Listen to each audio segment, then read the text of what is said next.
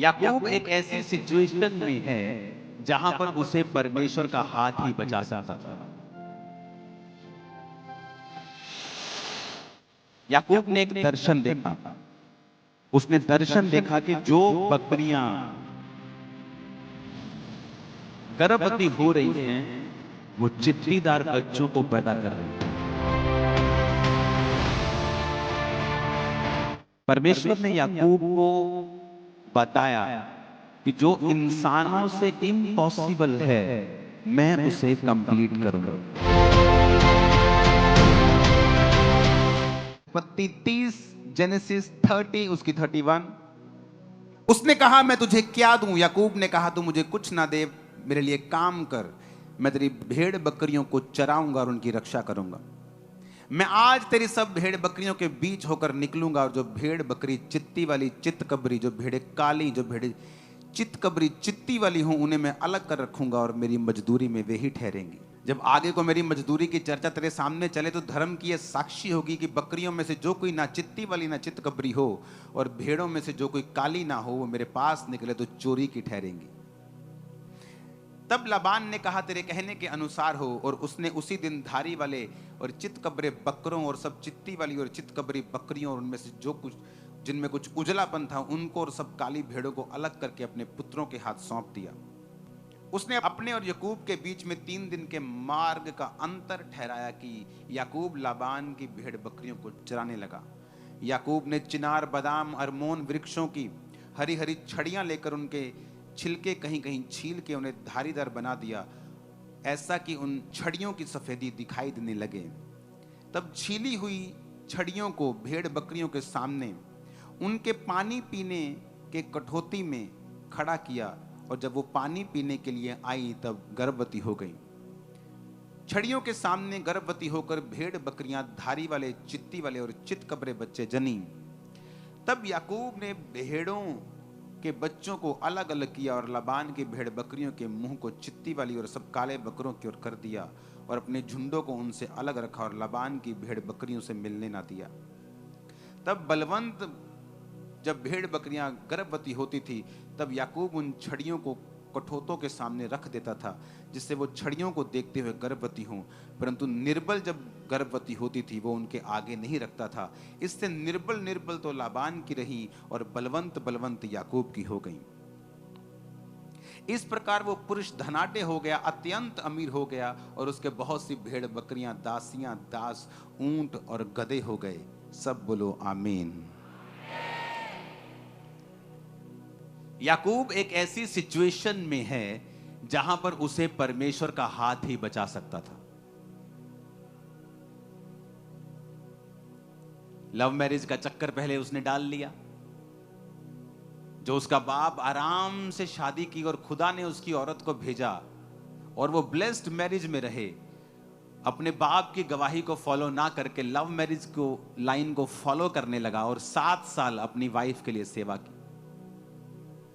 जब 7 साल बाद भी उसकी बड़ी बहन उसको मिली और 7 साल फिर उसने अपनी वाइफ के लिए फिर सेवा की, और फिर जब जाने लगा तो 7 साल भेड़ बकरियों को फिर चराया, और फिर अभी भी उसका जो ससुर था उसको जाने नहीं देना चाहता था।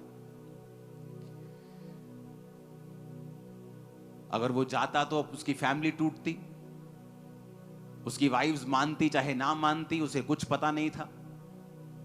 एक ऐसी सिचुएशन की याकूब कुछ नहीं कर सकता था, हेल्पलेस था वो, बिल्कुल हेल्पलेस, कि इसमें मैं कुछ नहीं कर सकता हूं, प्रभु ही कर सकता है।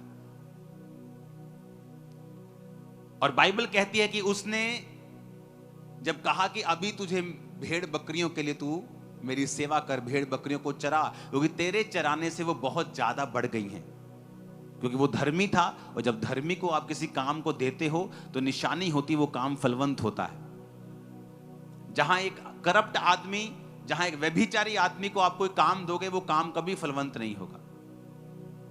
लेकिन एक धर्मी को जब आप कोई काम देते हो, चाहे वो आपके किसी भी एरिया में क्यों ना हो, चाहे वो स्पिरिचुअल एरिया हो, फाइनेंशियल एरिया हो, एडमिनिस्ट्रेशन हो, आपको हमेशा जो स्पिरिचुअल लोग हैं, जो परमेश्वर की भाषा को समझते हैं, आपको ज्यादा कामयाब मिलेंगे।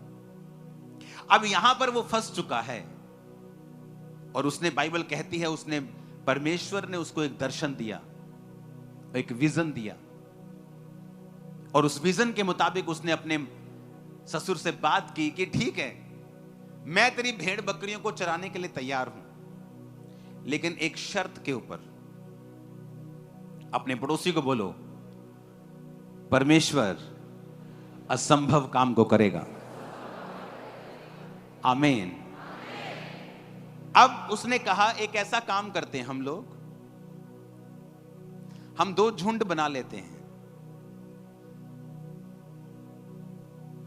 2 झुंड कर लेते हैं, एक इधर वाला झुंड और एक इधर वाला झुंड। कहता तू आज इन सब बकरियों में घूम, इन सब भेड़ों में घूम, और जो जो भेड़ तुझे लाइनों वाली दिखाई देती है, लाइनों वाली भेड़, चितकबरी, काली, कहता वो सारी निकाल ले, सारी अलग कर दे इनसे। मतलब भूरी भूरी रह गई, काली भी निकाल ले, चितकबरी निकाल ले, डॉटेड निकाल ले, लाइनों वाली निकाल ले, ये सारा जो मसालेदार माल है ना, सारा निकाल ले। तू मेरे को सिंपल सिंपल दे दे, भूरी दे दे, चिट्टी दे दे, और फ्यूचर में अब मैंने सारी तेरे को भेड़े दे दी, चितकबरी, लाइनों वाली, सब तेरे को दे दी। फ्यूचर में मेरे झुंड में जहां ये एक भी डॉटेड चित्ती वाली बकरी नहीं है, फ्यूचर में अगर ये मेरे झुंड में होगी तो वो मेरी तनख्वाह होगी। उसके मामा ने सोचा, उसके ससुर ने सोचा कि ये तो बेवकूफ है, बकरी पूरी, ओदा घर वाला पूरा, ते न्याणे चितकबरे कित्थों होने? भेड़ वाइट, भेड़ का घर वाला वाइट, तो बच्चे भी क्या होंगे? तो उसने कहा कि ठीक है, अगर जितने चितकबरी, लाइनों वाले, धारी वाले बच्चे तेरे में होंगे वो तेरी तनख्वाह। कहता ठीक है। उसने 3 दिन का अंतर ठहराया कि अगर तू यहां चराएगा, मेरी धारी वाली तेरी भेड़ मिक्स ना हो जाए तुझ में, तो मेरे बच्चे 3 दिन के मार्ग में चराएंगे। तू यहां चराएगा जलंधर में, तो मैं लुधियाने में चराऊंगा। उसने कहा ठीक है, सौदा हो गया, सब फाइनल हो गया। याकूब ने एक दर्शन देखा। उसने दर्शन देखा कि जो बकरियां गर्भवती हो रही हैं, वो चित्तीदार बच्चों को पैदा कर रही हैं। सुनो, अब उसने क्या किया, पानी वाली जगह के ऊपर बादाम और 3 वृक्षों को छील के उनको चित्तीदार बना दिया। और जब बाइबल कहती है कि जब कोई मजबूत भेड़, जब कोई बलवंत भेड़ गर्भवती होती थी, तो वो पानी पीने उनको वहां लेके आता था जहां बादाम की और सब पेड़ों की छड़ियां छीली हुई हैं। जब कमजोर गर्भवती होती थी, वो उनको छड़ियों को उनके सामने नहीं रखता था।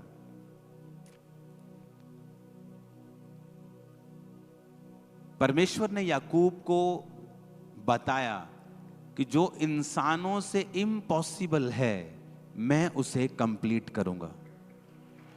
सुनो, अब जब मजबूत गर्भवती होती थी तो उनको वो सामने रखता था, और वो जब बच्चे पैदा करती थी वो धारी वाले होते थे, उनका डीएनए चेंज होता था। सुनो, अब जब बच्चे पैदा होने लगे, मजबूत बच्चे याकूब के बढ़ने लगे, और सब अच्छी बकरियां, भेड़ें मोटे मोटे बच्चे पैदा करने लगी, और वो सारी धारी वाले होते थे। और जो कमजोर बकरियां थी, वो जो बच्चे पैदा करती थी, वो उन्हीं के जैसे होते थे, लाल भूरे होते थे, लेकिन वो कमजोर होते थे। जब दिन बीतते गए, साल बीतते गए, याकूब एक अमीर इंसान बन गया और परमेश्वर ने उसको छुड़ाया। सुनो,